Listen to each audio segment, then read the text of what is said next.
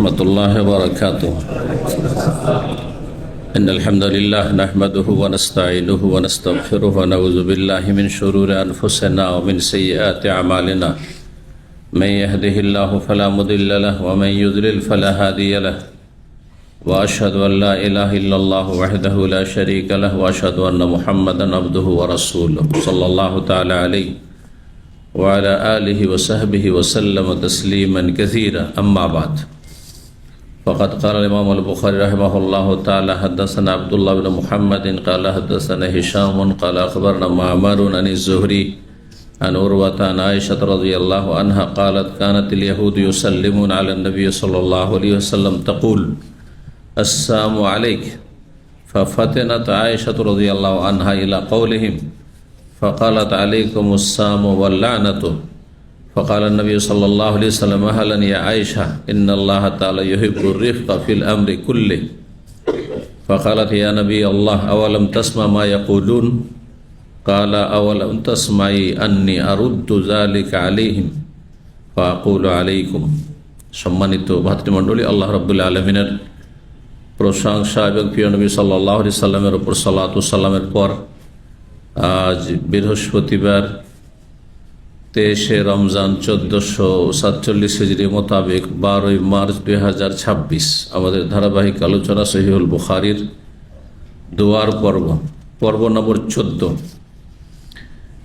ইমাম বুখারীর এই অধ্যায় নম্বর 58-তে বেশ কয়েকটি হাদিস রয়েছে, যার বিষয়বস্তু হচ্ছে কাফের মুশরিক বিধর্মীকে অভিশাপ দেওয়া, লানত করা বা তাদের ধ্বংস কামনা করা, তাদেরকে বদদোয়া দেওয়া। এ সম্পর্কে গতকালকে 4টি হাদিস আমরা আলোচনা করেছি, সামনে আর 2টি হাদিস রয়েছে এবং তাতে স্পষ্ট করেছি যে কাফের হচ্ছে 2 শ্রেণীর। একদল কাফের যারা ইসলাম মুসলিমের শত্রু, তাদেরকে বদদোয়া দিতে হবে, তারা বদদোয়া পাওয়ার যোগ্য, যেহেতু তাদের অন্তরে, তাদের কাজে কর্মে, তাদের কথায় ভাষায় শত্রুতা প্রকাশ পেয়েছে। সুতরাং তাদেরকে আমরা বদদোয়া দেবো, তাদের ধ্বংস কামনা করব। আল্লাহ তাদের ধ্বংস করুন, জি, আল্লাহ তাদের নিশ্চিহ্ন করুন, আল্লাহ তাদেরকে লাঞ্ছিত করুন। আল্লাহ রব্বুল তাদের ওপর ভালো মানুষদেরকে, মুমিন মুসলিমদেরকে, আল্লাহ ভীরুদেরকে বিজয় দান করুন। আর এক শ্রেণীর অমুসলিম কাফের রয়েছে, যারা সাধারণ মানুষ, নিরীহ মানুষ, যারা মানুষের কল্যাণ চায়, অকল্যাণ চায় না, যে কোনো মানুষের মানুষ হিসাবে কল্যাণ চায়। মুসলিমদের তারা শত্রুতা প্রকাশ করে না, অন্তরের মালিক আল্লাহ রাব্বুল আলামিন, কিন্তু প্রকাশ্যে তাদের কথা, কাজে, আচার আচরণে শত্রুতা বিদ্বেষ প্রকাশ পায় না ইসলাম এবং মুসলিমদের বিরুদ্ধে। তাদেরকে আমরা বদদোয়া দেব না, তাদের জন্য হেদায়েতের দোয়া করব, ঠিক না? যদি হেদায়েত হয়ে যায়, তারা আমাদের মুসলিম ভাই হয়ে যাবে এবং তারা আমাদের সাথে কাঁধে কাঁধ মিলিয়ে আল্লাহর দ্বীনের খেদমত করবে, সেবা করবে, আল্লাহর দ্বীনকে আল্লাহর জমিনে প্রতিষ্ঠিত করার জন্য সর্বাত্মক চেষ্টা করবে, যেমন আমরা করছি। যে যেখান থেকে আমরা পারছি করছি, আল্লাহ যেন আরো বেশি তৌফিক দান করেন। প্রতিটি মুসলিমকে, প্রতিটি মানুষকে আল্লাহ রাব্বুল আল্লাহর দ্বীন, আল্লাহর জমিনে প্রতিষ্ঠা করা তৌফিক দান করেন। প্রথম ব্যক্তি জীবনে, তারপর পারিবারিক জীবনে, তারপর সামাজিক জীবনে, আর্থিক জীবনে, তারপর রাষ্ট্রীয় জীবনে, তারপরে আন্তর্জাতিক পর্যায়ে সারা বিশ্বে আল্লাহ যেন ইসলামকে শক্তিশালী করেন আর ইসলামের যত শত্রু রয়েছে সবগুলিকে আল্লাহ যেন ধ্বংস করেন তার আসমানি জমিনি গজব দিয়ে। ভালো মানুষদেরকে তাদের উপর আল্লাহ চাপিয়ে দেন। আল্লাহ রাব্বুল আলামিন যেন ভালো মানুষদেরকে দুনিয়া আখিরাতে সম্মানিত করেন, তাদের দলে আল্লাহ আমাদেরকে শামিল করেন। তো এই বিষয়টি বর্তমান পরিস্থিতির সাথে বড় সম্পর্ক রাখে। সুতরাং সবসময় আপনি আপনার জন্য যেমন দোয়া করবেন, আপনার দ্বীন ইসলাম, যে ইসলাম যদি আপনি লালন করেন তো জান্নাতে যেতে পারবেন, না হলে সোজা জাহান্নামে যেতে হবে, এতে কোনো সন্দেহ নেই। সে ইসলামের জন্য দোয়া করবেন, আল্লাহ যেন ইসলামকে বিজয় দান করেন।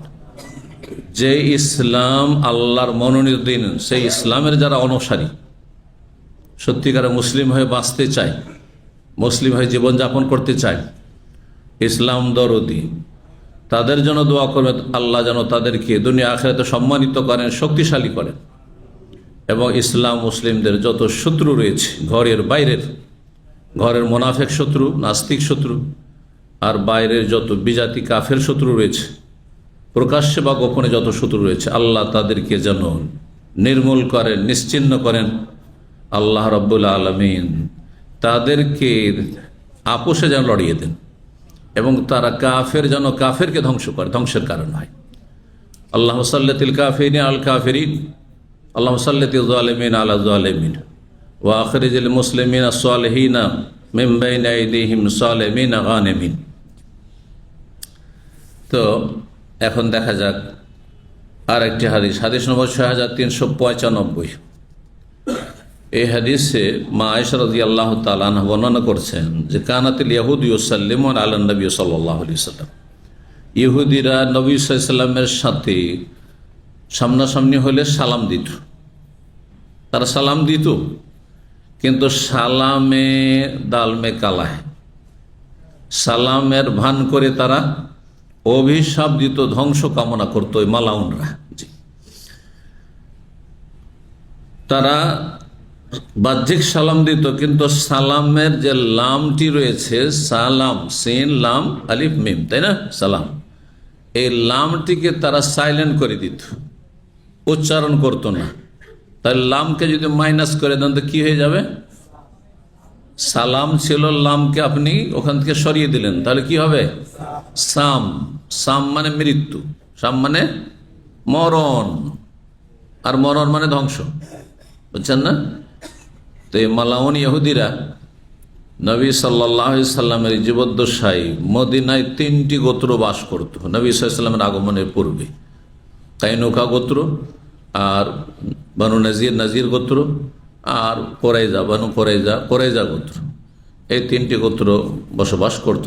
নবী সাল্লাল্লাহু আলাইহি সাল্লাম আসার পরে সেখানে তাদের সাথে একটা সন্ধি চুক্তি করেছিলেন যে মদিনাবাসী আমরা বাইরের যে কোনো শত্রুর বিরুদ্ধে একমত হয়ে আমরা থাকবো এবং লড়াই করব। কিন্তু তারা গাদ্দারি করেছিল। ইহুদি জাতি পৃথিবীর মধ্যে সবচেয়ে বেশি গাদ্দার, সবচেয়ে বেশি মানবতার শত্রু। জি, এরা সবচেয়ে ভালো মানুষ, আম্বিয়া রসুলের খুনি। জি, এরা আল্লাহ রাব্বুল আলামিনকে গাল দিয়েছে, আম্বিয়া রসুলকে গাল দিয়েছে, হত্যা করেছে, মানহানি করেছে, এবং তাদের হিতাকাঙ্ক্ষী নবী রসুল হয়ে তাদেরকে জাহান্নাম থেকে উদ্ধার করার জন্য আল্লাহ যে পাঠিয়ে মুসা আলাইহিসসালামকে লাঞ্ছিত করেছে, অপমানিত করেছে, দোষারোপ করেছে। কাতালাহুমুল্লাহ, আল্লাহ তাদেরকে ধ্বংস করুন। আল্লাহ আমাদের চক্ষুকে শীতল করুন, ইহুদিদেরকে ধ্বংস করি, ইহুদিদের পৃষ্ঠপোষকদেরকে ধ্বংস করে, এবং ইহুদিদের মিত্র কারা তাদেরকে আল্লাহ চেনার তৌফিক দান করুন। আজকাল অধিকাংশ বাঙালি মুসলিম ইহুদিদের মিত্র, মুসলিম বেশভূষা ধরে মুসলিম সমাজে অনুপ্রবেশ করে আছে, পরিচয় দিচ্ছে মুসলিম বলে, তারা ইহুদিদের ঘনিষ্ঠ মিত্র। ইহুদিদের দ্বারা যা ক্ষতি না হয়েছে তার চাইতে বেশি 1400 বছর ইতিহাসে তাদের দ্বারা ইসলাম মুসলিমের ক্ষতি হয়েছে। তাদেরকে এই মূর্খরা চেনেন না। এ মূর্খতা আমাদেরকে দূর করার তৌফিক দান করুন, এবং শত্রুকে শত্রু জানার চেনার তৌফিক দান করুন, এবং ঘরের বাইরের সমস্ত শত্রু থেকে আল্লাহ আমাদেরকে, তাদের অনিষ্ট থেকে আল্লাহ আমাদের হেফাজত করুন, এবং তাদেরকে প্রতিহত করুন। তো এই অভিশপ্ত ইহুদিরা নবী সাল্লাল্লাহু আলাইহি ওয়াসাল্লামের সাথে দেখা হলে বলতো, তাকুলু আসসালামু আলাইক, আপনার মরণ হোক, নাউযুবিল্লাহ। ফাতিমাতুন আয়েশা রাদিয়াল্লাহু আনহা, আয়েশা রাদিয়াল্লাহু তাআলা আনহা কক্ষের ভিতর থেকে, পর্দার আড়াল থেকে এই যে তাদের এই যে সালামের নাম দিয়ে মরণ কামনা করা, তাদের এই উচ্চারণটি অনুধাবন করতে পেরেছেন, বুঝতে পেরেছেন যে আসসালামু আলাইকুম বলেন না, কি বলছে? আসসালামু আলাইকুম। অনেক মূর্খ মুসলিম আছে, সালাম দেয় সালাম আলাইকুম, কি বলে তাড়াহুড়া করে, কি বলে সালাম আলাইকুম। আসাম আলিফ আলিফ লাম যদি এখান থেকে সরিয়ে দেন তো কি হয়, সাম তো হয়, তাই না? আস ছিল, আলিফ লাম সরিয়ে দিলেন, তাহলে কি বাঁচলো, সাম। তো আপনি সাম আলাইকুম বললেন, তো আপনি তার মানে কি চাইলেন, তোমার মরণ হোক চাইলেন না? সাম আলাইকুম মানে সামুন আলাইকুম, তোমার মরণ হোক। অনেকে এইভাবে সমাজে, কেমন আছেন ভাই, সালাম আলাইকুম, সালাম আলাইকুম না সালাম আলাইকুম, কি বলতাম, আসসালাম আলাইকুম বলেন, না হয় সালাম আলাইকুম বলেন কমপক্ষে, সালামুন আলাইকুম, আসসালামু আলাইকুম বা সালাম আলাইকুম। যদি আসসালামু আলাইকুম হাদিসে এসছে আলিফ লাম সহ, সেটা বললে বেশি ভালো, ব্যাপক অর্থ হবে।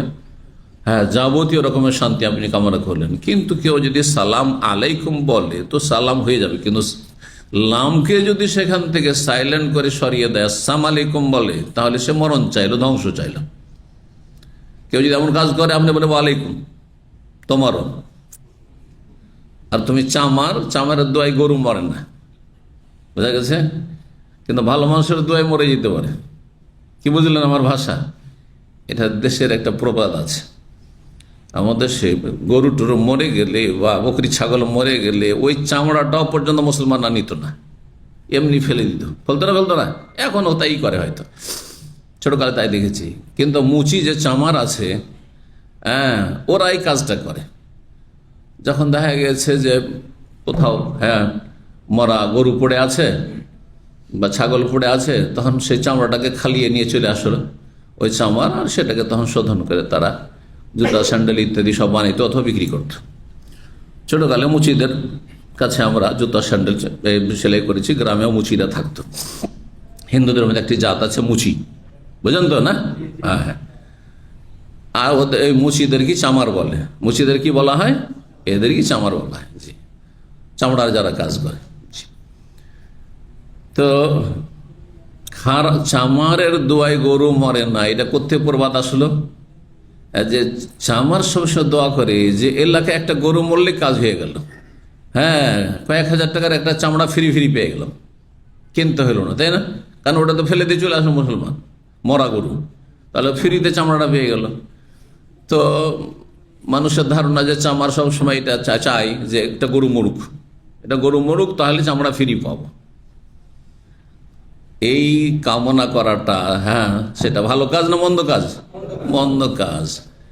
তো ঠিকই এর সাথে মিলিয়ে মন্দ লোক, খারাপ লোক, জালেম যদি বদদোয়া করেন, নিজে আপনি অন্যায় করেছেন, নিজেই পাপী, নিজেই বেনামাজি, আর যদি বদদোয়া করেন, তাহলে আপনি হচ্ছেন সেম সেই চামারের দোয়ায় গরু মরে না। এবার বুঝতে পেরেছেন? এইটা হচ্ছে প্রবাদের ব্যাখ্যা। চামারের দোয়া মানে খারাপ লোকের দোয়াতে কিছু হয় না। আমাকে অনেক ভাইরা বলে যে বাবাকে সব টাকা পাঠিয়ে দিছি, তারপরে বদদোয়া দিচ্ছে, তারপরে অসন্তুষ্ট, একটা পয়সা রাখতে দেয় না, হিসাব কত টাকা বেতন পাস, কি পাস, সব পাঠা, তোর বউর খরচ আমি দেবো, নাউজুবিল্লাহ, সব নাজায়েজ কথা এগুলো। আপনার বাপের ওপর আপনার স্ত্রীর ভরণ পোষণ ফরজ না, যে তার মাধ্যমে দেবেন আপনি, এগুলো নাজায়েজ কাজ করে আমার দেশের বাপ ভাইরা। আপনারও ফরজ, বহু নাজায়েজ কাজ, বহু জুলুম অত্যাচার আমাদের বাবা মায়েরাও করে, শুধু ছেলে মেয়েরা করে না, ছেলে মেয়েরাও জালেম, অধিকাংশ ছেলে মেয়েরাই জালেম, বা বিশেষ করে ছেলেরা জালেম। কিন্তু বাপ মাও অনেক জালেম আছে আমাদের সমাজ। সব টাকার মালিক না, সে খাওয়া দাওয়ার মালিক, তার যে প্রয়োজন, জরুরি প্রয়োজন, সেটা আপনার কাছ থেকে নেওয়ার মালিক, এবং সেই ক্ষেত্রে আপনার পারমিশন লাগবে না, এটা তার অধিকার। ইসলাম ন্যায় বিচার করে, অবিচার করে না। কি বুঝতে পারলেন? মানে আপনার ক্যাশের মানি ব্যাগে টাকা রাখা আছে, পকেটে টাকা রাখা আছে, আর আপনার আব্বাকে জিজ্ঞাসা করতে, বাবা টাকাটা দাও যে আমি একটু সংসার চালাবো, না, বিনা বলাতে টাকা নেবে, যতটা দরকার সংসার চালাবে জন্য, যতটা তার চিকিৎসার জন্য দরকার, এটা তার অধিকার। কিন্তু সব টাকা নেবে সেই বাপ জালেম, সেই মা জালেম। তো অনেক বাপ মা আছে, ভুক্তভোগীরা আমাকে এসে অনেক সময় অভিযোগ করে, ওরা কষ্ট নিয়ে, যে সব টাকা পয়সা পাঠিয়ে দিই, তারপরে বদদোয়া ছাড়া কিছু পাই না। এর উত্তরে তাদেরকে সান্ত্বনা দেওয়ার জন্য কি বলি, যদিও হয়তো বাবার মায়া আছে বা মায়ের মায়া আছে, কষ্ট লাগতে পারে আমার কথায়, কিন্তু কথাটা তিতা হইলেও তিতা ঔষধ মাঝে মাঝে খেতে হয়, পাপীদেরকে চেনার জন্য। কথা বোঝা গেছে না? তখন আমি বলি চামারের দোয়ায় গরু মরে না। মানে আপনার বাবা জালেম যদি হয়, মা জালেম হয় আর বদদোয়া দেয়, ওই দোয়াতে কিচ্ছু হবে না, ওই বদদোয়াতে কোনো কাজ হবে না। কিন্তু সত্যি যদি আপনি অন্যায় করেন, হক নষ্ট করেন বাপ মায়ের, আর বাপ মা যদি দোয়া করে বা একজনই দোয়া করে, তাহলে তার দোয়া কবুল হয়ে যাবে, সে বদদোয়া লেগে যাবে। বাপকে বা মাকে আপনি মানসিক কষ্ট দিয়েছেন, হ্যাঁ, অথবা শারীরিক কষ্ট দিয়েছেন, আর্থিক কষ্ট দিয়েছেন, আপনি সত্যি কষ্ট দিয়েছেন, আর যদি মনোকষ্ট নিয়ে দোয়া বদদোয়া না করে তবুও লেগে যাবে, তবু আল্লাহ পকড়াও করে, দুনিয়াতে পকড়াও করবেন। এইটাও মনে রাখবেন, সাবধান, যাতে করে মাপ পাঠিয়ে ঠিক থাকে, ব্যালেন্স ঠিক থাকে আমাদের জীবনের। লা তাজলিমুন ওয়ালা তুজলামুন, ছেলে মেয়ে বাবা মায়ের উপর জুলুম করবেন না, আর বাবা মা তোমরা ছেলে মেয়ের উপর জুলুম করবে না, কোনো দিক থেকে জুলুম চলবে না। আল্লাহ বুঝার তৌফিক দান করেন। প্রবাসীরা এইভাবে চলবেন, আপনার ওপর শুধু বাপ মায়ের হক না যে সব টাকা বেতন সব পাঠিয়ে দিবেন বাপ মায়ের কাছে, আর তারপরে বাপ মা নিজের নামে করলো, পরে তখন সমান সমান ভাগ করে সব ছেলে মেয়েকে দিল। আপনার স্ত্রীর হক নেই আপনার ওপর, হাসর মাঠে যখন জাহান্নামে যেতে হবে আপনার স্ত্রীর হক নষ্ট করার কারণে। আপনি হঠাৎ করে মারা গেলেন আর আপনার ছেলে মেয়েগুলো সব বঞ্চিত যখন হয়ে গেল, আপনার উপার্জন করা জমি জায়গার ভাগ, সম্পদের ভাগ বাপের নামে মায়ের নামে থাকার কারণে আপনার ভাইরা পেল, কিন্তু আপনার ছেলে মেয়ে পেল না। জাহান্নামে যেতে হবে না? জাহান্নামে যেতে হবে, এত হালকা মনে করবেন না। সেই জন্য প্রথমখানে বাপ মা অসন্তুষ্ট হয়, বলবেন যে আপনারা খাওয়া দাওয়ার মালিক, হ্যাঁ, আপনাদের ভরণ পোষণের মালিক, বস্ত্রের মালিক, হ্যাঁ, তারপরে বাড়িঘর লাগবে, বাড়িঘর আমি করে দিচ্ছি, আপনার মতো থাকার। এই নয় যে আমার 5টা ভাই আছে সবার বাড়ি করে দিতে হবে আমাকে, না, তাদের বাড়ি আমাকে করে দিতে হবে না, কিন্তু আমার বাপ মায়ের বাড়ি করে দিতে হবে। আমার মতো সেম সেম ঘর আমার আব্বা আম্মার থাকতে হবে, কি বুঝলেন? কিন্তু সেজন্য আমার মতো সেম সেম ঘর বাপ মা বলছে তোর ভাইগুলোর করে দে, না, এটা নাই, এটা নফল কাজ, করতে পারলে ভালো, কিন্তু আগে ফরজ তারপরে সুন্নত নফল। আগে ফরজ কি? আগে আপনার স্ত্রী ছেলে মেয়ে তাদের ভবিষ্যৎ, হ্যাঁ, তাদের জন্য একটা ঘর সুন্দর কর, তারপরে তখন ভাইয়ের কথা চিন্তা করেন, আপনি বোনের কথা চিন্তা করেন। আল্লাহ যেন বুঝার তৌফিক দান করেন। এইগুলি মাসলা আপনাদের জন্য জরুরি, কারণ এই বিষয়ে আমাদের দেশের অধিকাংশ বাপ মায়েরা শরীয়তের মাসলাও বুঝে না, আর বুঝলে পরোয়া করে না। অল্প কিছু লোক বুঝে কিন্তু মানে না।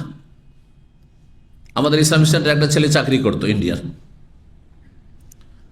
ওই ছেলেটা মাত্র 2 কাঠা জমি কিনেছে তার নিজের নামে, বাপকে জানতে দেয়নি, পরে জেনে ফেলেছে। বাপ মুসল্লি, একবারে তাহাজ্জুদ গুজার মুসল্লি। আমাদের দেশের ধার্মিক গুলো এরকম হয়, এইদিকে তাহাজ্জুদ পড়ছে, ছেলে মেয়ের জুলুমও করছে, বুঝতে পারছেন? মসজিদে ইমামতিও করছে, আর এদিকে জালেম ছেলে মেয়ের জুলুম অত্যাচার করছে, পাড়া প্রতিবেশী জুলুম অত্যাচার করছে। তারপরে কথা বলে না ভালো করে ছেলের সাথে, খুব অসন্তুষ্ট, আর ছেলেকে দেখতেই পারে না, একবারে চোখের বালি হয়ে গেছে। তখন কথায় কথায় সে বলেছে যে আমাদের ওখানে তো শেখ মতিউর রহমান আছেন, ওনারা তৈরি করেন, ওনাদের প্রত্যেক ভাইয়ের আয় উপার্জন নিজের নিজের, আর বাপ মায়ের সংসার চালানোর জন্য যে যতটা দিল সবাই মিলে দিয়ে চালায়, এটা হচ্ছে ইসলামিক তরিকা। কি উত্তর দিয়েছে জানেন? উত্তর বলছে আমরা তাদের মতো হইতে পারবো না, আমরা তাদের মতো হতে পারবো না, মানে ওই রকম ইসলাম মানতে পারবো না, নাউজুবিল্লাহ মিন যালিক। এই ক্ষেত্রে আমাদের মতো ইসলাম মানবে না, ও নিজের খেয়াল খুশি কুপ্রবৃত্তির পূজা করে ইসলাম মানবে। ও যেটা সুবিধাজনক হবে সেটা মাসলা মানবে, যেটা সুবিধা নয় সেটা মাসলা মানবে না শরীয়তের। কথা বুঝছেন? যার ফলে আমাদের ভাই ভাই কোনো দ্বন্দ্ব নেই, কারোর আক্ষেপ নেই। ও যে আমি এত টাকা দিলাম, আমি বড়, আমি এত টাকা দিলাম সংসারে, হ্যাঁ, কিন্তু ভাইগুলো আমার সাথে দেখা গেল সব আমার টাকা নিয়ে তারা করলো না। আমি যতদিন আল্লাহর রাস্তায় করেছি বড় হিসাবে করেছি, আর তারপরে যখন স্বাবলম্বী কাজে লেগে গেছে, ইনকাম করতে লেগেছে, তার ইনকাম তাদের ইনকাম তাদের, এবং বাবা মাকে যে যত দিয়ে জান্নাতের পথে এগিয়ে যেতে পারো এগিয়ে আস। আর কেউ না আসবে, যেমন গতকালকে বলেছি যে এই কথা বলার সুযোগ নেই যে ওরা কেন দেয় না, দেবে না আমি দেবো, কেউ দেবে না আমি একাই দেবো। কথা বুঝতে পারছেন? এটা আমার জন্য সৌভাগ্য যে আল্লাহ আমাকে জান্নাতে যাওয়ার জন্য আমাকে তৌফিক দিয়েছেন, মন মানুষ ইমান দিয়েছেন, আমল দিয়েছেন। এইরকম তৈরি হইতে হবে। আল্লাহ বুঝার তৌফিক দান করেন। জি, তো কি বলছিলাম? হ্যাঁ, সালামের ক্ষেত্রে শুদ্ধ সালাম উচ্চারণ করে দেবে, না হলে নিয়ত করছেন সালামের আর বলছেন সালাম আলাইকুম, আপনি ধ্বংস চেয়ে ফেললেন, আপনি আপনার মুসলিম ভাইয়ের। তো আয়েশা রাদিয়াল্লাহু তাআলা বুঝতে পেরেছেন তাদের কথা, তখন তিনি কি আর বরদাস্ত করতে পারেন? একে তো রাসূলুল্লাহ সাল্লাল্লাহু আলাইহি ওয়াসাল্লাম, আর তারপরে প্রিয় স্বামী, আর তার জন্য অভিশাপ আর ধ্বংস কামনা করছে ইহুদি মালাউন। তখন মা আয়েশা বলছেন আলাইকুমুস সালাম ওয়াল লানাতু, পর্দার আড়াল থেকে ঘর থেকে তোমাদের ওপর কি হোক, ধ্বংস নেমে আসুক, ওয়াল লানাতু, আর লানত বর্ষিত হোক। বদদুয়া দিয়েছিল ইহুদি একটি, আর মা আয়েশা জবাবে কয়টি দিলেন? দুইটি। দেখেন, এইটা সুবিচারের পরিপন্থী হয়ে যায়, এটা একটু বাড়াবাড়ি হয়ে যায়। এই ন্যায় নীতি ইসলাম শিখিয়েছে, এই ন্যায় নীতি সৈয়দুল মুরসালিন খাতামুন নবীন মুহাম্মদুর রাসূলুল্লাহ শিখিয়েছেন, বিশ্বজাহানের রহমত তিনি শিখিয়েছেন। হ্যাঁ, চিন্তা করুন, আমরা সেই জায়গায় থাকলে কত আবেগী হয়ে যেতাম। হ্যাঁ, যে আরো তার সাথে দু চারটা গালা, দু চারটা লানত আর অভিশাপ ইচ্ছা মতো দিতাম, তাই না? কিন্তু নবী সাল্লাল্লাহু আলাইহি ওয়াসাল্লাম বলছেন ও দিল একটি বদদুয়া, তুমি দুটি কেন দেবে? একটি বদদুয়ার বদল একটি বদদুয়া। জি, ওয়ালা ইয়াজরিমান্নাকুম শানানু কওমিন আলা আল্লা তা'দিলু, সূরা মায়েদা আল্লাহ বলছেন কোন জাতির সাথে শত্রুতা থাকা মানে এই নয় যে তুমি অবিচার করবে তাদের সাথে। আমি কাফের জালেমকে, সেই জাতিকে ঘৃণা করি, সেই জন্য সেই জাতির কেউ আমার কর্মচারী হইলে তার ধর্মের ভিত্তিতে আমি বেতন কম করব, ফ্যাসিলিটি কম করব, অথচ যোগ্যতা আমার মুসলিম ভাইয়ের সমান আছেন না, মোটেই জায়েজ নাই। আমার কথাগুলো বুঝলেন না? যে ধরেন আমাদের কারো একটা কোম্পানি আছে, আর সেখানে কর্মচারী কিছু অমুসলিম আছে, হিন্দু, ইহুদি, খ্রিস্টান বা কিছু আছে, আর মুসলিম আছে, আর সবাই একই রকমের টেকনিশিয়ান বা একই রকমের কাজ করে। বেতন কিসের ভিত্তিতে হবে? ধর্মের ভিত্তিতে না যোগ্যতার ভিত্তিতে? যোগ্যতার ভিত্তিতে, কাজের যোগ্যতার ভিত্তিতে, ইমানি যোগ্যতার ভিত্তিতে না। ইমানি যোগ্যতার ভিত্তিতে আপনি ভালোবাসেন তাকে, পার্সোনাল, আপনি লোককে পার্সোনাল দেবেন, কিন্তু তার পারিশ্রমিক হিসাবে দেওয়ার ক্ষেত্রে ধর্মের ভিত্তিতে কম আর বেশি করলে আপনি জালেম হবেন। এটা হচ্ছে ইসলাম। এই ইসলাম যদি অমুসলিমদের কাছে আমরা সুন্দর করে উপস্থাপনা করতে পারতাম, তুলে ধরতে পারতাম, তাহলে আরো বেশি ইসলাম কবুলের হিড়িক পড়ে যেত। অমুসলিমদের ঘরে ঘরে ইসলাম পৌঁছে দেন, এর মাধ্যমে তাদের পায়ের তলা থেকে মাটি টেনে নেবেন আপনি। তাদেরকে হয়তো অস্ত্র দিয়ে তাদেরকে ঘায়েল করতে পারবেন না, কিন্তু তাদেরকে দাওয়া ইলা আল্লাহর মাধ্যমে, আল্লাহর দিনের দিকে আহ্বান করার মাধ্যমে, উত্তম চরিত্রের মাধ্যমে, আদর্শ নীতি প্রতিষ্ঠার মাধ্যমে, সততা আমানত প্রতিষ্ঠার মাধ্যমে তাদেরকে ইসলামের ছায়াতলে যদি জায়গা দিতে পারেন, তাদের পায়ের তলা থেকে ধীরে ধীরে মাটি সরে যাবে, আর তখন তারা দুনিয়া থেকে নিশ্চিহ্ন হয়ে যাবে। যেন মক্কা থেকে কাফেরা নিশ্চিহ্ন হয়েছে, মদিনা থেকে মুনাফিকরা নিশ্চিহ্ন হয়েছে, মদিনা থেকে ইহুদিরা নিশ্চিহ্ন হয়েছে না হয়নি? জি হ্যাঁ।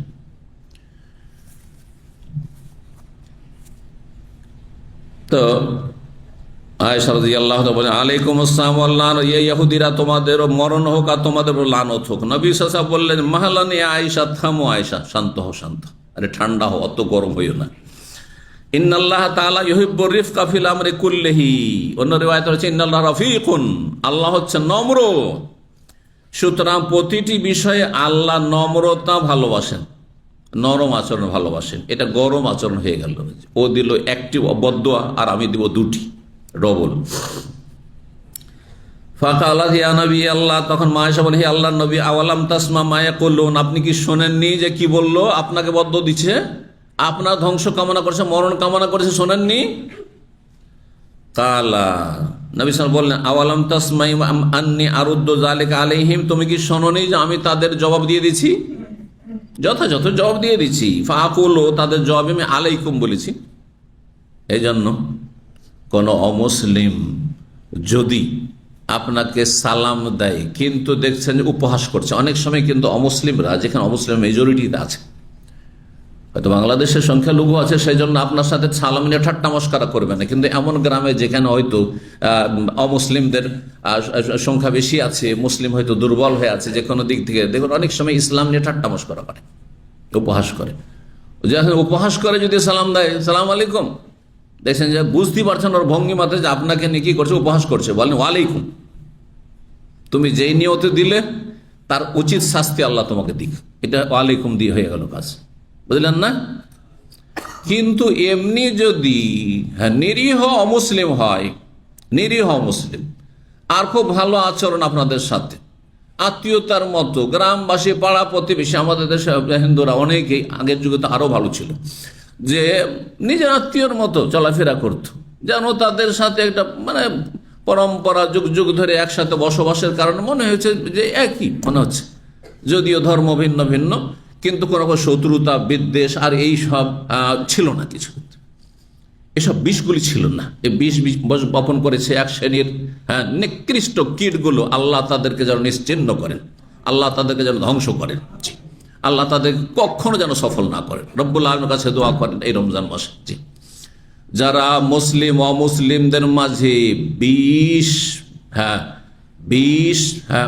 আপনার মানে বিষাক্ত পরিবেশ তৈরি করে আর সমাজের সম্পর্ককে খারাপ করে, আল্লাহ তাদেরকে কখনো যেন সফল না করেন। জি, তো যদি দেখা যায় যে নিরীহ মুসলিম আর আপনাকে সালাম আলাইকুম, যেমন এখানে অমুসলিমরা অনেক সময় মুসলিমদেরকে সালাম দেয়, দেয় না? তাহলে ওয়ালাইকুম বলবেন না ওয়ালাইকুম আসসালাম বলবেন? একদল বলছেন ওয়ালাইকুম, এই ক্ষেত্রে ওয়ালাইকুম বলবেন, সালাম বলবেন না।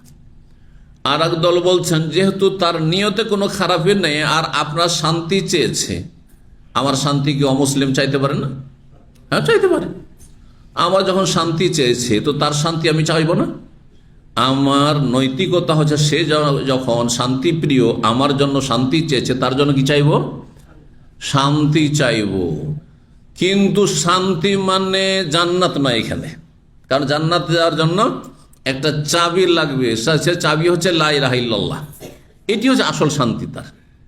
আল্লাহ ওয়ালাইকুম আসসালাম, তোমার উপরও শান্তি হোক, তোমার হেদায়েতের মাধ্যমে, তোমার কালেমা পড়ে নেওয়ার মাধ্যমে, অথবা পার্থিব সুখ শান্তি হোক, যেমন তুমি আমার জন্য সুখ শান্তি কামনা করলে। ওয়ালাইকুম আসসালাম অনেক ওলামাদের কাছে বলা যাবে। সুতরাং কোনো ব্যক্তি যদি অমুসলিমকে, ভালো মানুষ অমুসলিম, কিন্তু সে অমুসলিম, আর সততার সাথে খোলা মন নিয়ে আপনার সাথে ভালো সম্পর্ক আছে বা পরিচিতি আছে, আসসালামু আলাইকুম বলছে, তো ওয়ালাইকুম আসসালাম বলতে পারেন। কিন্তু মরে যাওয়ার পরে ওই লোকটি মারা গেছে, তখন তার জন্য মার্সি কামনা করা যাবে? যেমন ট্রেসা যখন মারা গেল, মাদার ট্রেসার জন্য অনেক মুসলিম মুনাফিকগুলো মার্সি কামনা করলো। এইরকমই বহু কাফের, কিছুদিন আগে কোনো কাফের মারা গেল পোপ, তো তারপরে তার জন্য অনেক মুনাফিক মুসলিম নেতাগুলো তাদের জন্য মার্সি কামনা করলো না। এটা ঈমান ভঙ্গকারী বিষয়। কোন কাফের জন্য তার মরে যাওয়ার পরে কেউ যদি জান্নাত কামনা করে, আল্লাহর রহমত কামনা করে, তার ঈমান নষ্ট হয়ে যাবে, মোটেই জায়েজ নয়।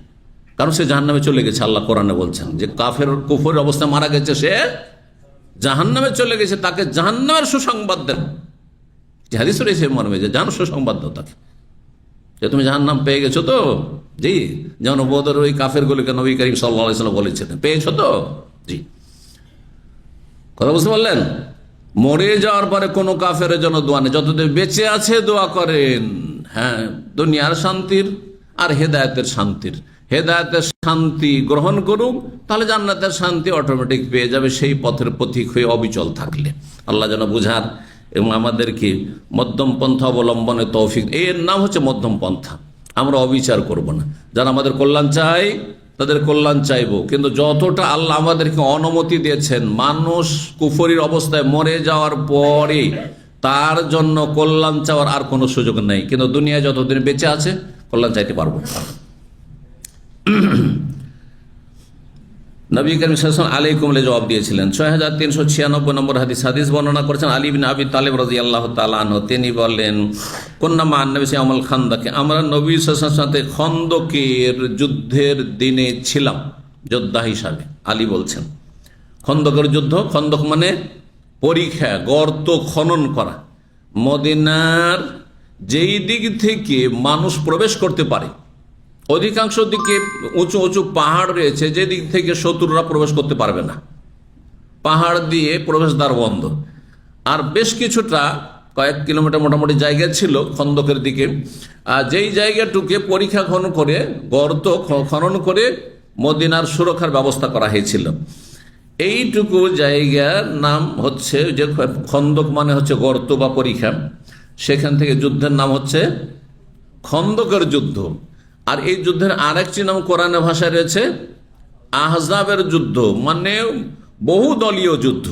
কাফেরদের যতগুলি গোত্র বংশ ছিল আরব মুশরিকদের, সবগুলি গোত্র বংশ, শুধু মক্কার লোক এই যুদ্ধে আসেনি, সমস্ত কাফের গোত্রগুলি, আপনার রিয়াজ, কাসিম, নাজদ এলাকার বড় বড় জালেম দুর্দান্ত কাফের গোত্র বংশগুলি ছিল, গেতমান বংশ ছিল, তারা বড় একটা সেনাবাহিনী নিয়ে সেখানে হাজির হয়েছিল। হ্যাঁ,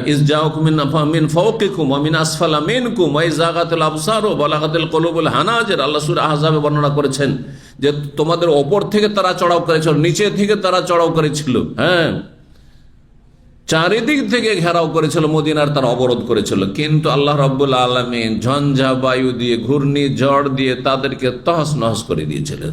তাদের খেমা তাবু সব উড়ে চলে গেছিল, তাদের চোখে এত বালি ঢুকেছিল যে কিছুই দেখতে পাচ্ছিল না, পালাতে বাধ্য হয়েছিল। এ হচ্ছে আল্লাহর আসমানি গজব।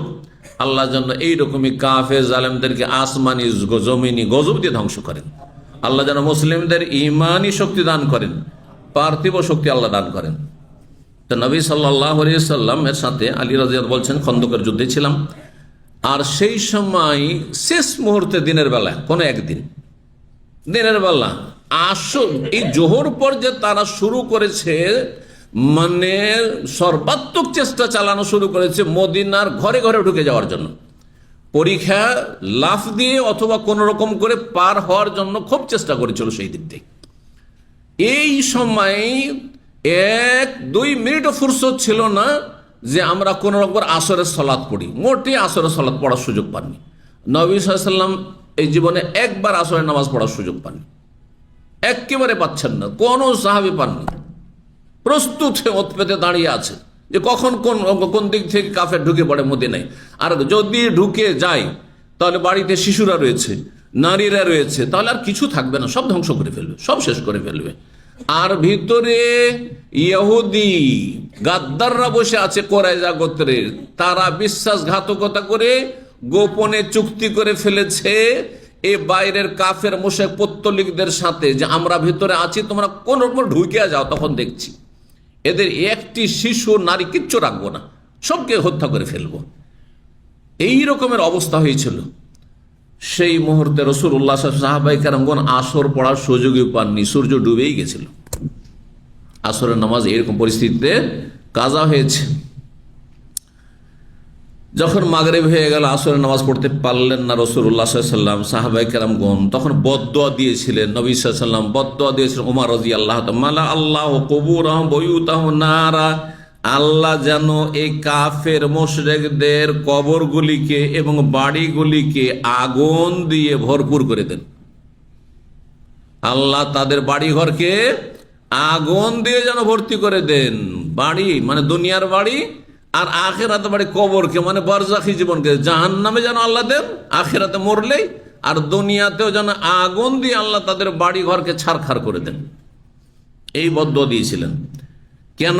কামা শাগালাউনা আনিস সালাতে উস্তা, যেমন তারা আমাদেরকে মধ্যবর্তী সালাত থেকে ব্যতিব্যস্ত করে ফেলেছে, এমন করেছে হাত্তা গাওয়াতির শামসে, যে সূর্য অস্তমিত হয়ে গেল, আমরা আসরের সালাত পড়তে পারলাম না।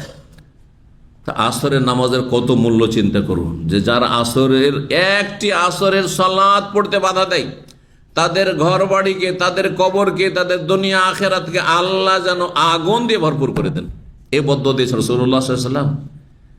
আর শতকরা 95 থেকে নিয়ে 98 জন আধা নামাজি বেনামাজি মুসলিম সমাজের, চিন্তা করুন, যারা আসর পড়ে না, যারা ফজর পড়ে না, যারা খেয়াল খুশি মন হইলে পড়ে, রমজানে পড়লো আর পড়লো না, হ্যাঁ জুমা পড়ে, ব্যাস মুসলমান হয়ে গেল। জি, তাহলে এই জাতির সাথে আল্লাহ থাকবেন কি করে? এই জাতিকে আল্লাহ সাহায্য করবেন কি করে? এই জাতিকে কি করে ইহুদি আর কাফেরদের বিজয় দান করবেন চিন্তা করেছেন? আল্লাহ আপনাদের আমাদের সংশোধন করার তৌফিক দান করেন। মুসলিম জাতিকে এখনো বুঝ দান করেন।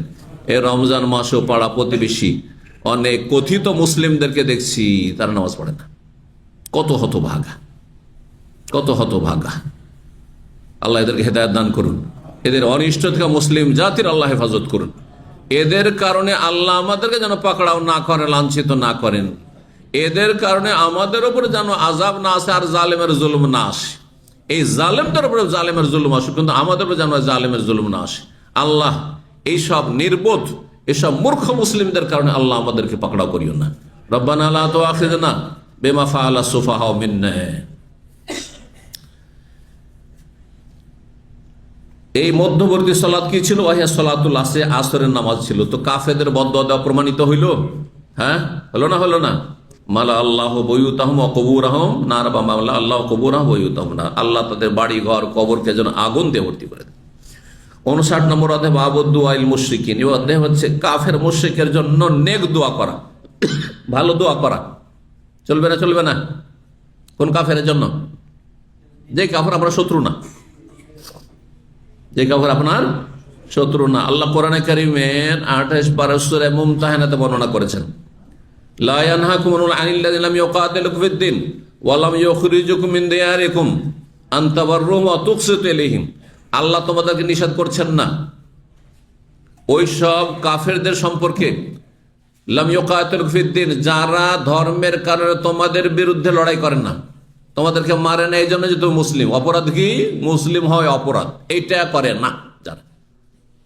অর্থাৎ আমাদের সাথে মানুষ হিসাবে মানুষের মতো বসবাস করে শান্তিপূর্ণ বসবাস করতে চায়। ওয়ালাম ইউখরিজুকুম মিন দিয়ারিকুম, তোমাদের দেশ থেকে, বাড়ি থেকে তোমাদেরকে বেরও করে দেয় না যে তোরাকে থাকতে দেবো না, যেমন বার্মায় জালেমরা করছে, যেমন ফিলিস্তিনে জালেম ইহুদিরা করছে।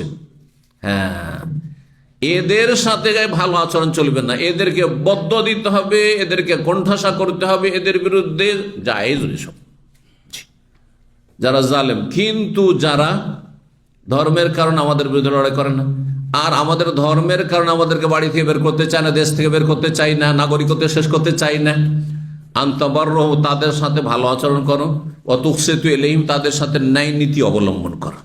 জি, তখন তাদেরকে বদদুয়া দেব না, নেক দোয়া দেব। যেমন একটি হাদিস এখানে প্রমাণ করে, সহিহ বুখারীর একটি হাদিস রয়েছে, কিন্তু আরো হাদিস রয়েছে। নবী কারীম বিভিন্ন সময় কাফের অমুসলিমকে হেদায়েতের দোয়া দিয়েছেন, অথবা ভালো দোয়া দিয়েছেন, কারণ তারা ইসলাম বা মুসলিমদের হিতাকাঙ্ক্ষী ছিল। আপনিও ব্যক্তি পর্যায়ে যদি জানেন যে এই লোক অমুসলিম, কিন্তু এর দ্বারা ইসলামের বা মুসলিমের উপকার হবে, হ্যাঁ, জনগণ দরদি, সমাজসেবী, হ্যাঁ, বিভিন্ন রকম ভালো কাজ করে, জনকল্যাণমূলক কাজ করে, মানুষের ক্ষয়ক্ষতি করে না, শান্তিপ্রিয় মানুষ, তাহলে তাদের কল্যাণ চাইবেন। জি, 6397 নম্বর হাদিস বর্ণনা করেছেন আবু হুরায়রা রাদিয়াল্লাহু তাআলা আনহু। তিনি বলেন, কাদিমা তুফাইল ইবনে আমরিন আলা রাসূলিল্লাহ সাল্লাল্লাহু আলাইহি ওয়াসাল্লাম। তুফাইল বিন আমর রাসূলুল্লাহ সাল্লাল্লাহু আলাইহি ওয়াসাল্লামের কাছে ইসলাম গ্রহণ করে আসলেন।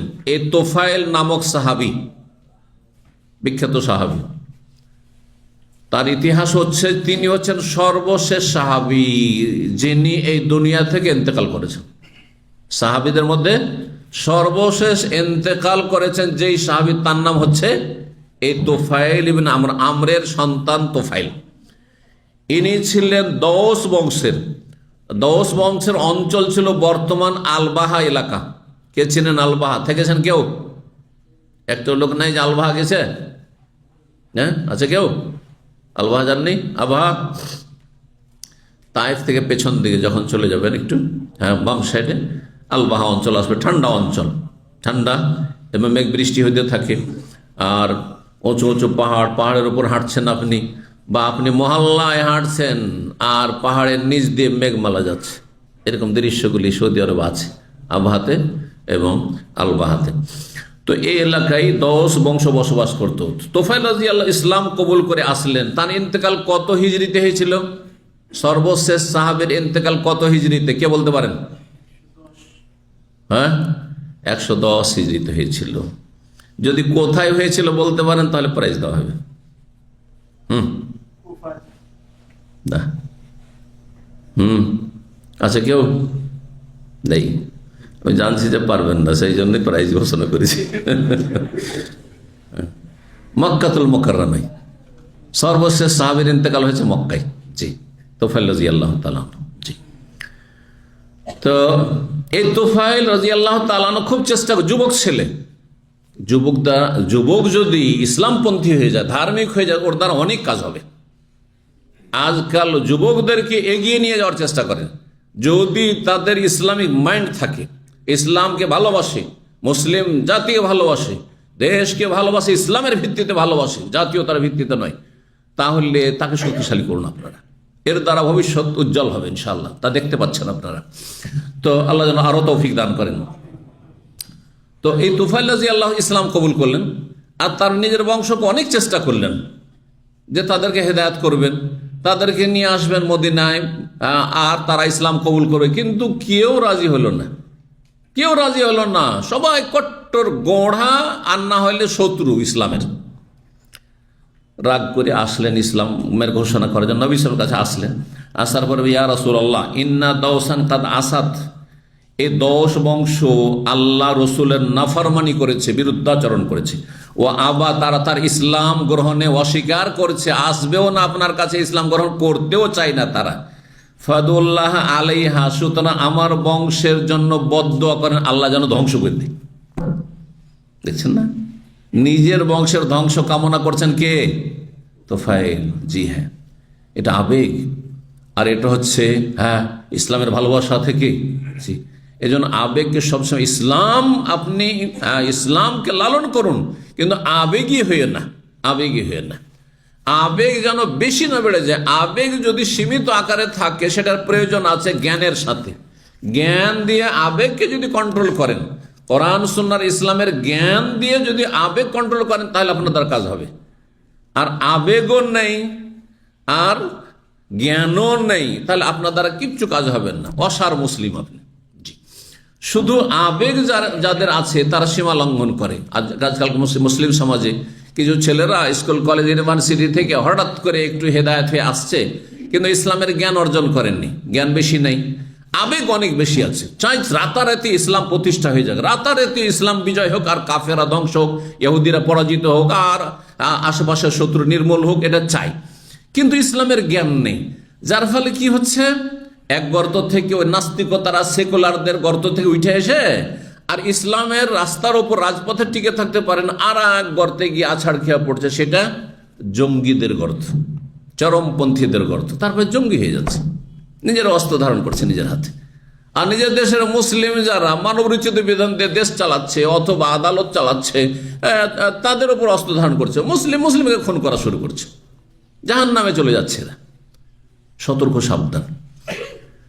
দুই গর্ত থেকে সাবধান, এর আগেও বলেছি। কিন্তু কিসের গর্ত? একটা হচ্ছে নাস্তিকতার গর্ত, আরেকটি হচ্ছে জঙ্গিদের গর্ত। দুই গর্ত থেকে সাবধান। ছেলে মেয়েদেরকে জঙ্গি হইতে না দেন, তাহলে কি করতে হবে? ইসলামের যথাযথ জ্ঞান দিতে হবে। কি বললাম? জ্ঞান দিয়ে আবেগকে কন্ট্রোল করতে। আবেগ কি আমার নাই মনে করছে? আছে, যৌবনকালে আরো বেশি ছিল, এখনো আছে আবেগ। ইসলামের যতটা দরদ থাকবে, আবেগ অবশ্যই আছে, আমার ইসলাম, আমার মুসলিমরা বিজয়ী হোক। কিন্তু আবেগকে আমার এলম দ্বারা কন্ট্রোল করছি, যেটা আমার সম্ভব না। এতে হিতে বিপরীত হবে, এতে লাভের চাইতে অনেক বেশি লস হয়ে যাবে, এরকম কথাবার্তা বললে। কথা বুঝতে পারছেন না?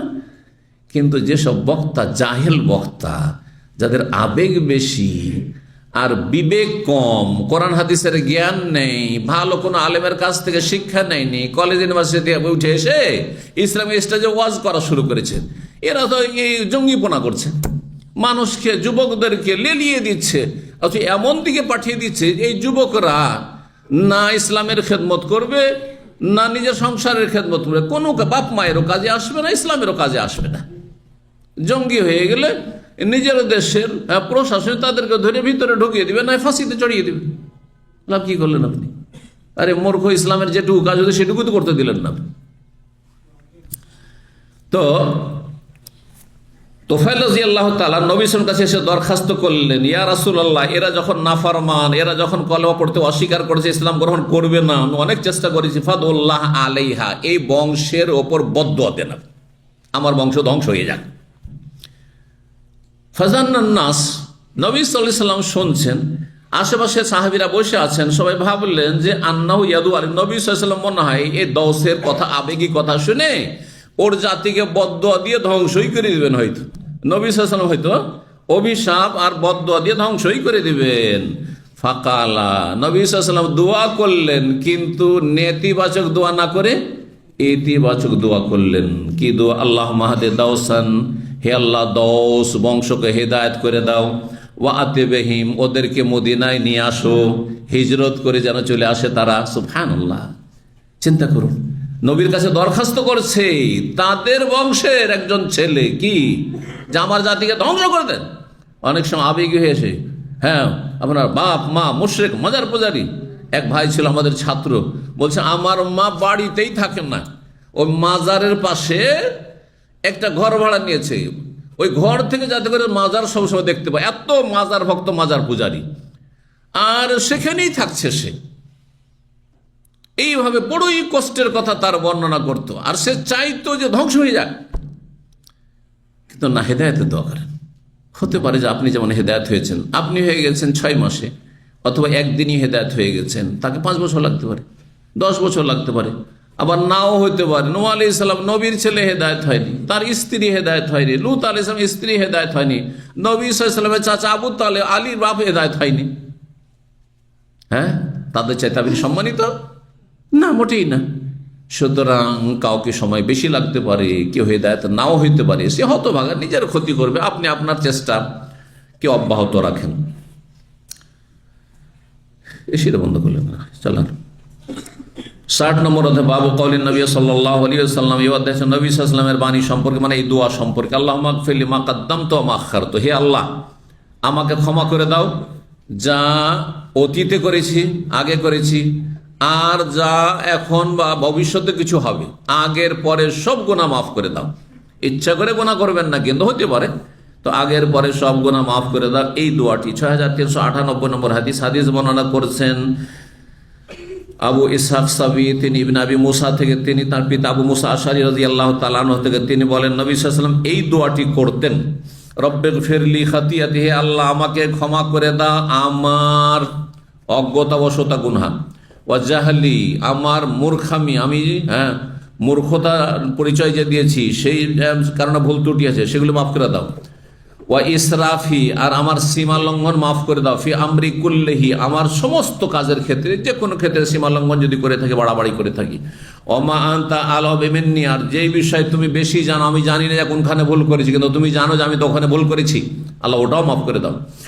মানে জানা অজানা সব গুনাহ মাফ করে দাও। আল্লাহ মাগফিরলি খাতায়া, আল্লাহ আমার ভুল ত্রুটি মাফ করে দাও। আমদি, আর খাতায়া মানে তাহলে অনিচ্ছাকৃত গুনাহ, জেনে বুঝে নয়, অনিচ্ছাকৃত ভুল হয়ে গেছে।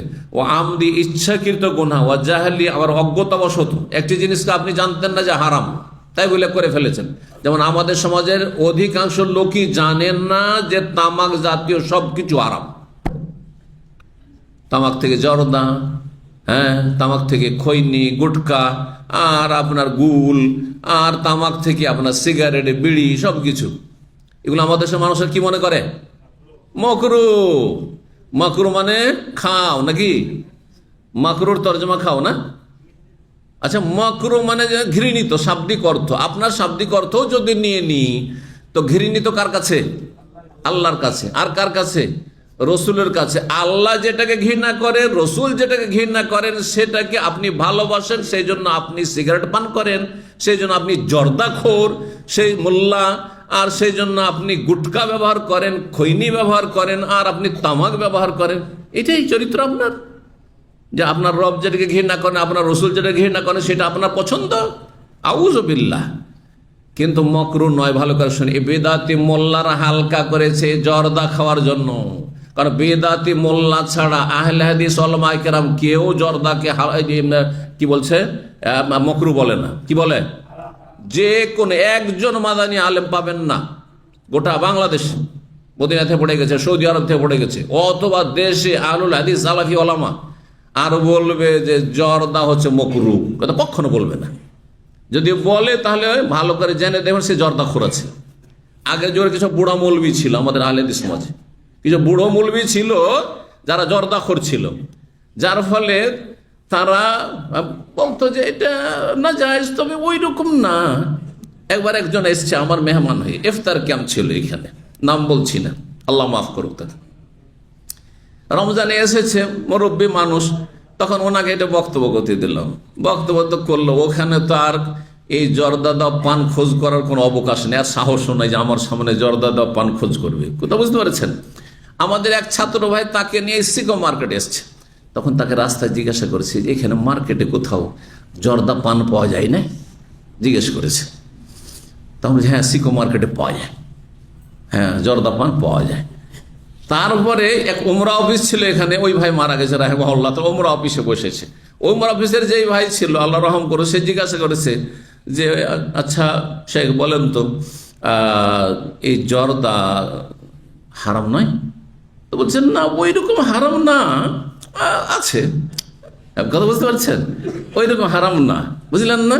ওই যে বেদাতি মোল্লাদের কাছাকাছি কথা এটি, ওই রকম হারাম না মানে মকরু না, না মকরু বলে কোনো জিনিস নাই, হালাল না হারাম। নবী স্পষ্ট, আল হালাল বাইয়িন ওয়াল হারাম বাইয়িন, হালাল সুস্পষ্ট আর হারাম সুস্পষ্ট।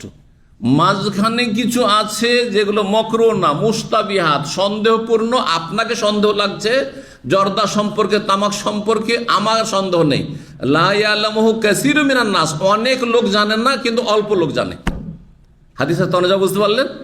অনেকে বুঝেন না যে বিষয়টি কি হবে, হ্যাঁ এটা কি হারাম হবে কি হবে না। মদ সম্পর্কে আপনাদের সন্দেহ নেই, কিন্তু হয়তো এটা বিষয়ে সন্দেহ হচ্ছে। আপনি জিজ্ঞাসা করে নেন কাকে, যারা অল্প জানে তাদেরকে কথা বলা হচ্ছে হাদিসে। তাহলে বোঝা গেল যে হালাল হারামের মাঝখানে কিছু নেই, যেমন মুসলিম আর কাফেরের মাঝখানে কিছু নেই। আছে এমন কোন মানুষ আছে মুসলিমও না কাফেরও না? যেমন এক শ্রেণী নাস্তিকগুলো আমাদের দেশের সেকুলার মূর্খগুলো বলছে আমি এটাও না ওটাও না, আমি মুসলিমও না, আপনি হিন্দুও না, আমি ইহুদিও না, খ্রিস্টানও না। আরে বাবা কি তুমি তাহলে? কিছুই না, তুমি আরেক জাহান্নামী। কথা বলছেন? আরেক জাহান্নামী তুমি, নতুন কোন ধর্ম অবলম্বী। জি, জগা খিচড়ি। আল্লাহ হিদায়াত দান করুন। সতর্ক সাবধান, সতর্ক সাবধান এইসব জর্দা তামাক থেকে। এক সময় গুলের এত প্রচলন ছিল, বিশেষ করে ইন্ডিয়াতে, আর এখানেও ছিল। অনেকে গুল দিয়ে দাঁত পরিষ্কার করত, হ্যাঁ মাজন হিসাবে, হ্যাঁ পাউডার হিসাবে, দাঁতের পাউডার হিসাবে গুল। জানেন না? জানেন না? গুল ব্যবহার করে, তামাক দিয়ে তৈরি হয়। ওলামারা বলেছেন গুল যদি রোজা অবস্থায় কেউ গুল দিয়ে দাঁত পরিষ্কার করে তাতে রোজা নষ্ট হয়ে যাবে। রোজা, কারণ সেটাও ধীরে ধীরে নিশাতে পরিণত হয়। কারণ যার অভ্যাস নাই সেই ব্যক্তি গুল দিয়ে দাঁত যদি পরিষ্কার করে তার মাথা চক্কর দিতে লাগবে। যেমন বিড়ি খেলে বা জর্দা খেলে, হঠাৎ করে জর্দা খাইতো মাথা চক্কর দিয়ে বমি টমি হইতে, ওই রকম হইতে লাগবে। বুঝতে পারছেন না? আমিও এমন সব এক ছেলেকে পেয়েছিলাম, আবার জানতে পারলাম যে এরা গুল ব্যবহার করে রোজা রমজানে। ও জাহেল, জানে না যে এই রোজা রমজানে গুল দিয়ে দাঁত পরিষ্কার করলে রোজা নষ্ট হবে। তাকে সতর্ক সাবধান করেছিলাম যে এটি প্রথম কথা হারাম, আর 2 নম্বর কথা তোমার রোজাটাও নষ্ট হয়ে যাবে। জি, আল্লাহ হিদায়াত দান করুন।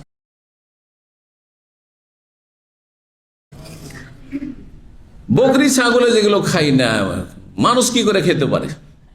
আর বিশেষ মুসলিম কি করে খেতে পারে বলেন তো? বকরি ছাগলে তামাক খায়? আমি তো শুনেছি, তামাকের চাষ তো দেখিনি, কিন্তু শুনেছি আফগানিস্তান বা যেসব দেশ, ওদিকেও হয় মনে হয়, বাংলাদেশে হয় তামাক চাষ হয়। যে এলাকায় তামাক চাষ হয় আপনারা বলতে পারে তামাকের জমিতে বকরি চড়ে? এই যে না, শুনলেন না? বকরি ছাগলও ঘৃণা করে, বকরি ছাগলের কাছেও মকরু। কথা বলছেন? আর আপনার কাছে হারাম হইল না? আপনার বুঝ হলো না, আপনি খেতে শুরু করলেন। তাহলে বকরি ছাগল থেকে অধম কিনা চিন্তা করুন আপনি। এই জর্দা খোরগুলো, বেদাতি মোল্লারা জর্দা ছাড়া পান খেতে পারে না। বোখারি পড়াবে আর ও জর্দা দেওয়া পান খাবে। কথা বুঝতে পারছেন? হ্যাঁ, যার ফলে এরা তখন দেখলো যে হারাম কি করে বলবো সমাজকে, মাকরু চলবে, হ্যাঁ না খেলি ভালো, হ্যাঁ বদ অভ্যাস হয়ে গেছে। একজন সিগারেট খোর বড় অফিসার, সে সিগারেট খাচ্ছে, অফিসার মানুষ। তো আমি বলছি যে আপনি সিগারেট খাচ্ছেন, তো এটা আপনার, ওকে যদি বলি হারাম তো তার মধ্যে একটা আত্মহংকার চলে আসতে পারে, বুঝছেন না? হ্যাঁ, শয়তান সুযোগ নিয়ে নেবে। তা আমি বলছি এটা আপনার স্বাস্থ্যের জন্য উপকারী না অপকারী? হিকমা এটা আমার, উপকারী না অপকারী? তখন বলছে যে শেখ আমার জন্য দোয়া করিয়েন। বদ অভ্যাস হয়ে গেছে। কি হয়েছে? বদ অভ্যাস হয়ে গেছে। সোজা হলো না? জি। একজন বাংলাদেশে এখানে একটা বড় বাকালা ছিল অনেক আগে, 2000 সালের দিকে। 4 বছর ছিলাম ওইখানে, আমি পরিবার নিয়ে 4 বছর প্রথম দাওয়াসারি ছিলাম, প্রথম যখন আসি 2000 সালে। তো সেই বাকালা ছিল আমার বাসার নিচে। একজন বাংলাদেশি দেখছি সিগারেটের প্যাকেট কিনছে। আমি চিন্তা করলাম আমাকে চেনার, তখন তো আমি এরকম পরিচিত হইনি মানুষের কাছে, 2001 সাল 2 সাল ছিল হয়তো। তো আমি চিন্তা করলাম একে যদি বলি যে ভাই এই তো সিগারেট খাওয়া জায়েজ নাই, তো বলে কে বললো জায়েজ নাই? ও তখন আর এক মুফতি সেজে যাবে। আমি বলবো জায়েজ না, বলবো জায়েজ। কথা বলতে আমি দেখেছি এরকম, কিন্তু মানে বাঙালি ফতুয়া দেওয়াতে নাম্বার 1। কিন্তু আপনি বুফিয়াতে বসে দেখবেন, না বাংলাদেশি আপনি ভাতের হোটেলে বসে দেখবেন। আমি 2004-05 পর্যন্ত এই হোটেলগুলিতে বসতাম, মানে কেউ ডাকলে তখন যৌবন কাল ছিল চলে যেতাম, তারপর তো ওয়াই করে নিয়েছি। তো যাই হোক, তো দেখতাম বসে বসে তামাশা দেখতাম, হইচই তো চলছে। মানে বাঙালি হোটেল মানে হইচই হইতে হবে। একটা জিনিস দেখবেন, আরবি হোটেল কোন শুনেছেন আওয়াজ সাউন্ড, পাকিস্তানি হোটেলে হইচই পাবেন না। কিন্তু বাঙালি হোটেল মানে এই ডাল দাও একটু, এই একটু সবজি দাও, একটু ঝোল দাও। কথা বলতে পারছেন? আরে এদিকে আসো না, এখানে বসেন, এখানে বসেন। বুঝতে পারছেন না? আরে ভদ্রতা শিখেন, এদেরকে ভদ্রতা শিখান। হোটেলে বসে চুপচাপ বসতে হয়। কথা বুঝতে পারছেন? রাগ করিয়েন না কিন্তু। কথাগুলি তিতা লাগলো, এগুলো দ্বারা সংশোধন হবে, এগুলো দ্বারা মানুষের চরিত্র গঠন হবে। যেখানে যেমন পরিবেশ সেখানে সেভাবে চলার চেষ্টা করবেন। তো যাই হোক, আমি চুপচাপ বসে আছি, আর এক লোক বলছে এটা জায়েজ। না, এটা না জায়েজ, এটা ঠিক নয়। কোন একটা মাসলা, অনেক আগের কথা ভুলে গেছি। এইখানকারই এই সিকো মার্কেট হোটেলের কথা বলছে, রেস্টুরেন্টের কথা। বলছে না জায়েজ। তো কে বললো না জায়েজ? না জায়েজ। আরে দুটোই গন্ড মূর্খ, দুটোর মুখে দাঁড়িয়ে অনেক কিচ্ছু নেই। বুঝতে পারছেন না? দুটোই মুফতি। তাই এই জন্য বলি যে বাঙালি সমাজে এত মুফতি আছে যে দুনিয়া কোথাও এত মুফতি পাবেন না। তো আল্লাহ হেদায়েত দান করুক। কি বলছিলাম, এতদূর চলে গেলাম।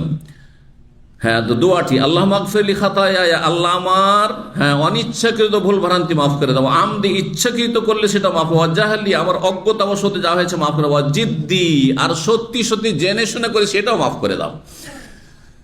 কুল্লু যালিকা ইনদি, আর সব রকমের গুনাহ আমার আছে আল্লাহ, পাপ আমি ছাড়িনি আল্লাহ, বহু পাপ হয়েছে জানা অজানা, আল্লাহ সব মাফ করে দাও।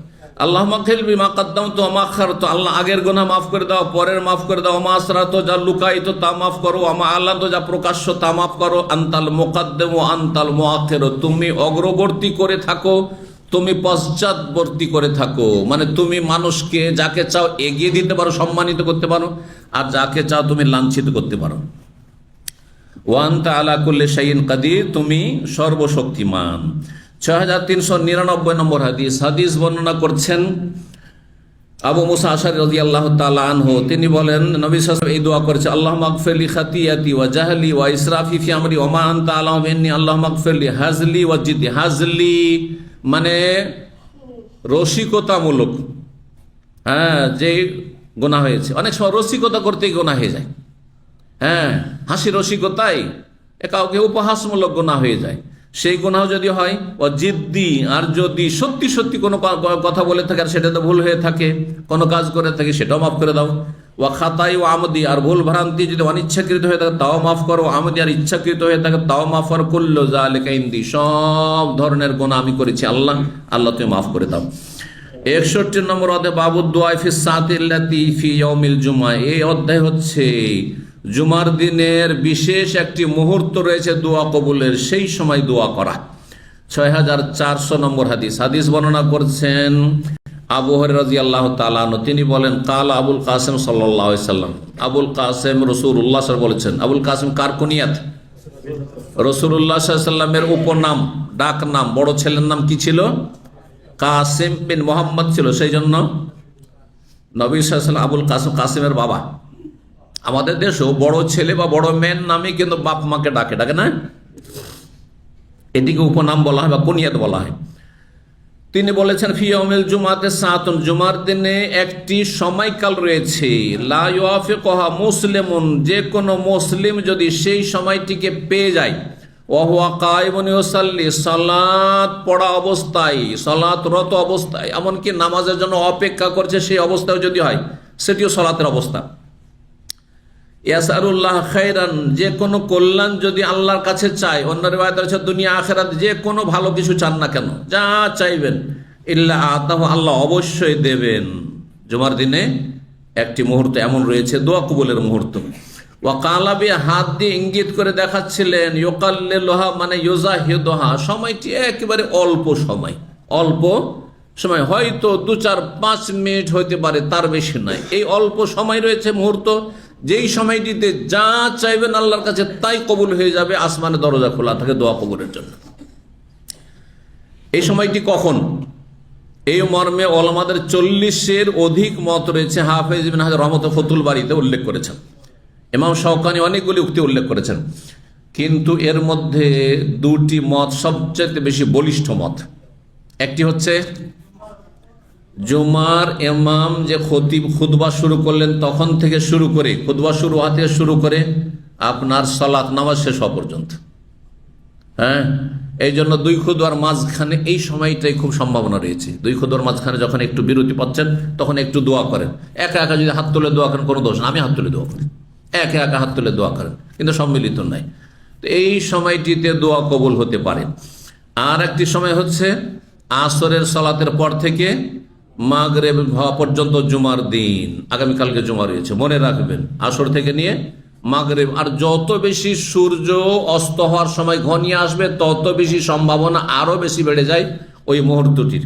সুতরাং শেষখানে ধরেন সন্ধ্যা 5টা থেকে নিয়ে মাগরিব পর্যন্ত এই যে আধা ঘন্টা 40 মিনিট রয়েছে বা তার বেশি 45 মিনিট, এই সময়টাই বেশি বেশি দোয়া করবেন সব সময়, গোটা বছর। এটা শুধু রমজানে নয়, রমজানের হতে আরেকটি আপনি বরকতের দিক পেয়ে গেলে, সেটা হচ্ছে যে মাহে রমজান রোজার অবস্থায় আছেন, আল্লাহ যেন কবুল করেন। এখানেই তাহলে আজকের আলোচনা শেষ করি। ও জাযাকুমুল্লাহ খায়র। আল্লাহ রাব্বুল আলামিনের কাছে দোয়া করি আল্লাহ আমাদের গুনাহ খাতা যেন মাফ করে দেন, আল্লাহ আমাদেরকে দুনিয়া আখিরাতে যেন সম্মানিত করেন, সমস্ত রকমের লাঞ্ছনা থেকে, আযাব থেকে, শাস্তি থেকে, জালেমের জুলুম থেকে আল্লাহ আমাদেরকে রক্ষা করেন। জালেমদেরকে আল্লাহ যেন প্রতিহত করেন, মজলুমদেরকে আল্লাহ সাহায্য করেন, ভালো মানুষকে আল্লাহ শক্তিশালী করেন, খারাপদেরকে আল্লাহ হেদায়েত দান করেন, তাদের অনিষ্ট থেকে আল্লাহ রক্ষা করেন। আপনাদের আমাদের সকলকে জান্নাতুল ফিরদৌস দান করে, জাহান্নামের আযাব থেকে রক্ষা করেন। আল্লাহ আমাদেরকে যেন সুখ শান্তির